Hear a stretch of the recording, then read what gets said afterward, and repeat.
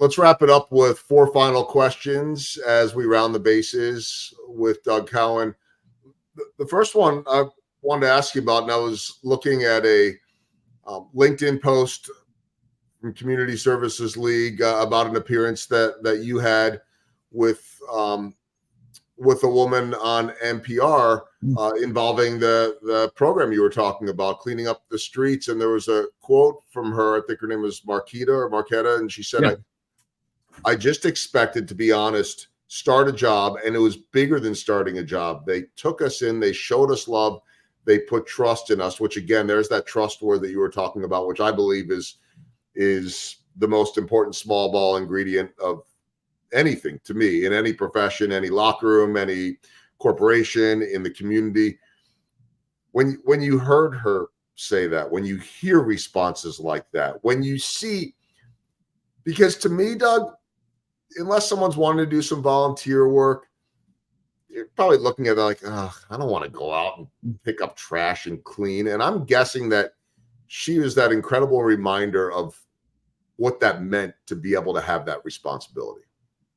Yeah, I happened to be sitting next to her at the studios at KCUR here in Kansas City with Steve Kraske, and she gave that answer, and it really was incredible. And it reminds you and reminds us a lot as nonprofit professionals that, you know, we execute on a number of programs, and those programs are housing, workforce, financial coaching, basic needs, et cetera, et cetera. And it's important to remind ourselves of the people behind there. And, you know, and Marquita, she has her own story, and we designed the program to be person-centered and to help people meet their needs. And a couple of things that we did is, you know, we wanted to make sure that people had all of the work appropriate clothing that they needed to be on a crew. So we provided all that, and we provide our crews breakfast and lunch. We pay them daily, because if you're living, excuse me, on the streets, you or maybe you're in a sobriety house, maybe you are in a hotel motel, you often will have to pay things on a daily or weekly basis, and a W-2 job every 2 weeks doesn't really conform to that. So we've done a lot of things that we can to, and I think that's where Marquita's sentiment came from, was that we designed the program to meet people's needs, not just the need to have a job, but how we treat them and how we brought them into our family and our community, and that we designed the program to be person-centered around meeting their unique needs. And we're continuing to try to do that every day. Yeah, I'm seeing in the picture that was included to the link, the smile on her face, and, you know, doing meaningful work. So that leads me to my second question. You talked about the amount of people that you've seen go into homes for the first time. This is all the feel-good portion of the podcast, because I think when you're doing meaningful work like you all are, it's very easy to be reminded of the purpose, right? When you see those reactions. And I'm just curious what that reaction is like when someone gets into a home for the first time, something that maybe a lot of us take for granted. Although I remember the first time I became a homeowner, the difference is I think I expected to be a homeowner, but it was still like, oh my gosh, this is mine. This is mine. And that was with the expectation that I was going to take a traditional route, right? I'm going to go to high school. I'm going to go to college. I'm going to find a job. And when I, you know, maybe get married or not, but, you know, when I get to a certain point and I can afford it, not if, when, this is what I'm going to do. What's that reaction like when you see someone experience something that maybe they never thought could happen? I think sometimes people don't believe it's their life. They're so stunned by transformation, and they're grateful. We talk a lot about at CSL that it's coaching and connection to resources. But meaningful change happens with meaningful connection and meaningful relationships, that people don't necessarily stumble into things just blindly or by happenstance. That for any of us to go through a major change process, it takes a coach. And our model at CSL is all around coaching. And so they're grateful for their coaches. They're grateful for what they see. One of the biggest buzzwords that we talk about in our programmatic outcomes, and this is related to big things like buying a home or getting a new job, a new career, thanks to a certification that you may have earned through CSL in healthcare or skilled trades is the comment we often get is, my kids watched me do this. And so the buzzword that we talk about in our industry is a 2-gen approach. So a 2-gen or 2-generation approach to ending cycles of poverty. And oftentimes the families that we work with that have, especially if there are kids in the family, the parents remark, I'm so grateful that my kids got to see me earn this job certificate, buy this home, because they've learned more from watching me than I ever could have said to them.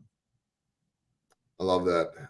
No, it's so impactful and so important. The third question I wanted to ask you, you brought this up to me before we began recording, but I think it really paints a picture to understand the housing crisis, the stress ball. You were talking about the stress ball, and I think for those of us that don't know how serious this is, or we're just driving by, explain that, because it really made a lot of sense. Yeah, the analogy I was using is, we oftentimes we get these little plasticky, it's kind of like Stretch Armstrong, or the stress ball, and we squeeze it, and we all have fun as kids, like we try to keep it in our hands, but then invariably pieces of it squeeze out through our fingers. And that's the analogy that I like to use. You could use it for a lot of things, but especially for housing. If our fists that are squeezing the ball are the system, we may think, okay, well, the people, if the people are the stress ball, they can absorb it, they can deal with it. Most people will be okay. But the reality is that system squeezes and squeezes and squeezes, and things are going to squeak out. And, I alluded to that earlier with when we bring offline things like mobile home communities, motels, hotels, small homes, apartment complexes. We see all the time communities across America that have arguments about where multifamily housing should go, or even if there should be multifamily housing, because of perceptions that come along with it. When we opt not to go, those things squeeze tighter and tighter and tighter, and invariably people are going to squeeze into homelessness because they're marginally housed. Communities often fight against halfway houses or sobriety homes, or recovery homes. There's a lot of different, types of housing focused on niche populations. Those things just put more and more pressure to squeeze. And so we've got to think about, as a community, what are we squeezing on, and who's going to squeeze out, because we keep putting more and more pressure. So, and if we want to get more people back in, we need to take off some of the squeeze, and we need to relieve some of that pressure. We can do that by being more creative with housing solutions and opportunities, advancing creative, emerging strategies within housing, and then just building more, which will hopefully soften the market and allow more housing opportunities for more people.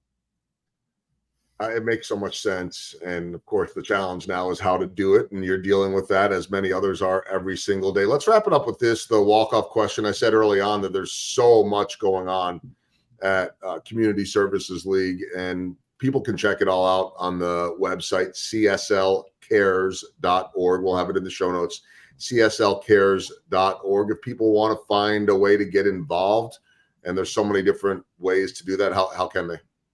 Yeah, through the website is great. And, this is timely.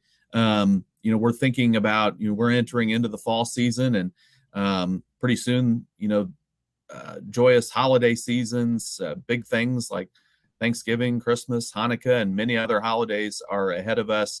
And people think a lot about volunteering all year round, but they especially think about it towards the end of the year, and they are counting the things that they value in their life and thankful for, and they want to help pay that forward to others and provide other opportunities. CSL, among many things, at the end of the year, first part of December, we will run our annual Christmas store, providing support to families. It takes an army of volunteers. Those signups will be for volunteer opportunities. Those things start in November, because we sort and we inventory and we make sure that Santa Claus has enough for everybody. And so there's a ton of volunteer opportunities in the day and the evening, on the weekends. We'd love to see folks, wherever they are, come out and help. I've never heard of anybody having a bad volunteer experience, especially at that event. a lot of smiles, a lot of gratitude, a lot of chance to help people through the holidays. We're also going to, we operate a cafe in Northwest Independence called Blendwell Community Cafe. We are making plans to host our second annual Thanksgiving Day dinner, a free meal for our community for people who are either don't have anywhere else to go or, just would like to have some camaraderie to have a community meal with on Thanksgiving Day. So be some volunteer opportunities to help serve meals. So there's a lot of ways that people can get involved. We post a lot of those also on our Facebook page, just searching Community Services League. So as we enter into this sort of home stretch of 2023, we would love to see people come out and consider volunteering. Most of our volunteer opportunities are also available for families, including kids with appropriate adult supervision. And so it can really be a family affair too. All right. So there's a lot there, and it really could be year round. And the beauty of these podcasts is they live year round. So they come out there and they're out there forever. And so whenever people end up listening to this, you can go to cslcares.org, find a way to get involved here in this community. There will always be work to do, and it'll always be fulfilling work. And I know that it's something that those that are benefiting from it, get so much out of it. But usually those of us that have the opportunity to give our time also get as much out of it and the reward for that. So Doug, I really appreciate you spending the time today and sharing a bit more of what's going on in the community and the housing crisis, which really would apply to just about any city in America right now, and the important work that is being done. Doug, thanks so much to you and everyone over at Community Services League. Joel, thank you. We couldn't push some of this out without opportunities to reach people like this. So thank you for hosting us and letting us on today. And we thank your viewers for tuning in and learning a little bit more. So thank you. Thank you. I appreciate it.